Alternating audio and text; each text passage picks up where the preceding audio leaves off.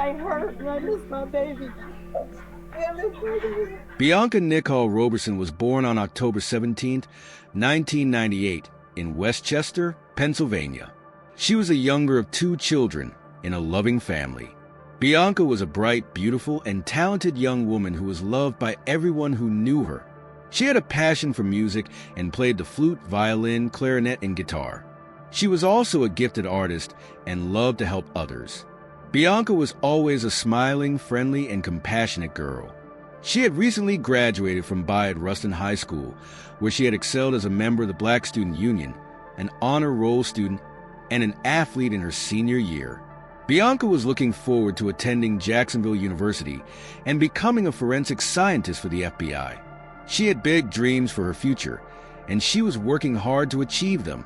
She was a shining light to her family and friends, and she will be deeply missed by everyone whose lives she touched.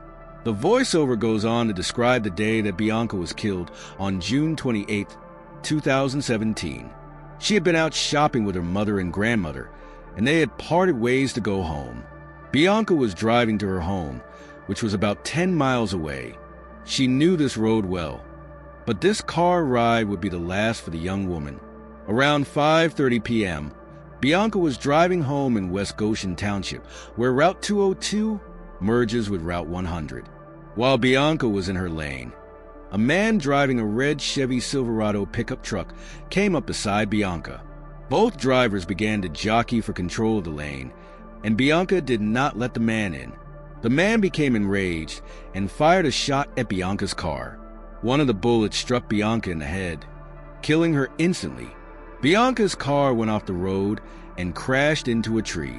The pickup truck fled the scene. The voiceover explains that the police began to investigate Bianca's death. They interviewed witnesses and learned that a red pickup truck had been seen fleeing the scene. The police also obtained surveillance camera footage from the Walmart and from traffic cameras along the route to Bianca's home. The footage showed that Bianca had some type of conflict situation with the driver of a red pickup truck. The footage showed their cars driving side by side. They were approaching the place where the two lanes merge into one. Perhaps the conflict arose because one did not give way to the other. Knowing the outcome of this confrontation, the investigators assumed that the driver of the red pickup truck could be the one who fired the fatal shot. Unfortunately, the footage was of poor quality. Neither the license plates of the pickup truck nor the driver's face were visible. However, from that moment on, the driver of the pickup truck became the primary and only suspect in the case of Bianca Roberson's death. The detectives had to find out the identity of this man, but all they had at that moment was a blurry image. None of Bianca's family members knew anyone who owned a red pickup truck. The police again talked to those who were at the scene of the incident and those who called 911. None of them saw the license plate of this car. The detectives also began to assume that Bianca's death could have been a hate crime. Knowing that the red pickup truck turned left at this intersection, the detectives went around the establishments and houses on the street, hoping to find a good quality recording that could answer some of their questions. Soon they found what they were looking for.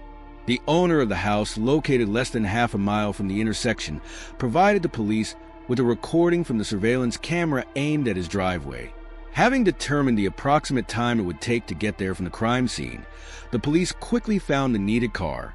Although the footage had better quality than the previous one, its angle of view prevented the law enforcement officers from identifying the car or the driver.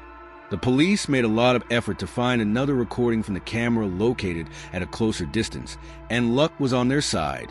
While they couldn't see the license plate, they did discover the car's distinctive features. The car had a sticker on the right side window, a vertical dent on the passenger door, and damage to the hood. These distinctive features could greatly simplify the search for this car. The police wanted to speed up the process, so they appealed to the public for help through the mass media. They offered a $5,000 reward for information that could help find the truck or its driver. The investigators were sure that someone would definitely recognize this particular vehicle. The voiceover describes that the police were searching for the driver of the red pickup truck. They released a description of the truck and the driver, and they asked for the public's help in identifying him. 3 days after Bianca Roberson's death, an attorney called the police station and said that he had a client who wanted to turn himself in, mentioning the latter's connection with an incident that resulted in the death of 18-year-old Bianca Roberson. The attorney said that his client was involved in the incident and that he wanted to surrender.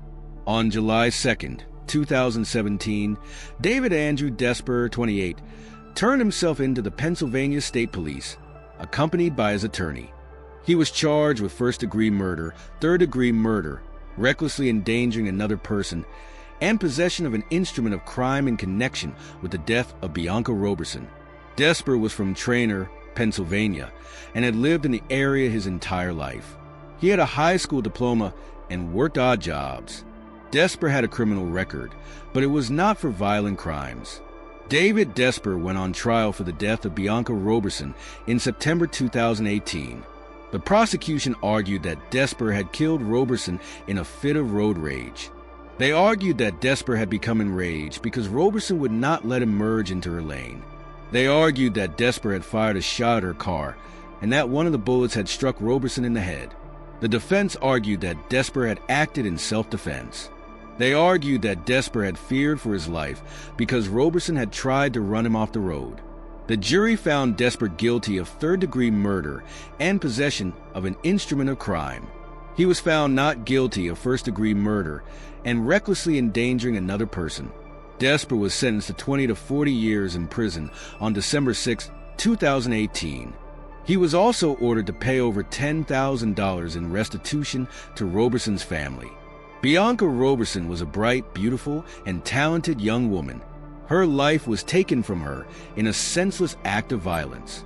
Bianca's family and friends were devastated by her death. They will never forget her, and they will continue to keep her memory alive. In the wake of Bianca's death, her family established the Bianca Nicole Roberson Foundation in her honor. The foundation provides scholarships and mentoring to young people. The foundation also works to end gun violence. Bianca's story is a reminder of the devastating effects of gun violence. It is also a story of hope and resilience. Bianca's family and friends have been devastated by her death, but they are determined to keep her memory alive. They are working to make the world a better place in Bianca's honor. The voiceover says that Bianca Roberson's story is a tragic one. She was a young woman with her whole life ahead of her. Her life was taken from her in a senseless act of violence. Bianca's story is one that is all too common in the United States. Every year, thousands of people are killed by gun violence. The voiceover calls on people to take action against gun violence. Viewers are asked to contact their elected officials and demand that they support gun safety laws. Viewers are also asked to donate to organizations that are working to end gun violence. The video ends with a call to action, urging viewers to take action to end gun violence. Viewers are asked to contact their elected officials and demand that they support gun safety laws. Viewers are also asked to donate to organizations that are working to end gun violence.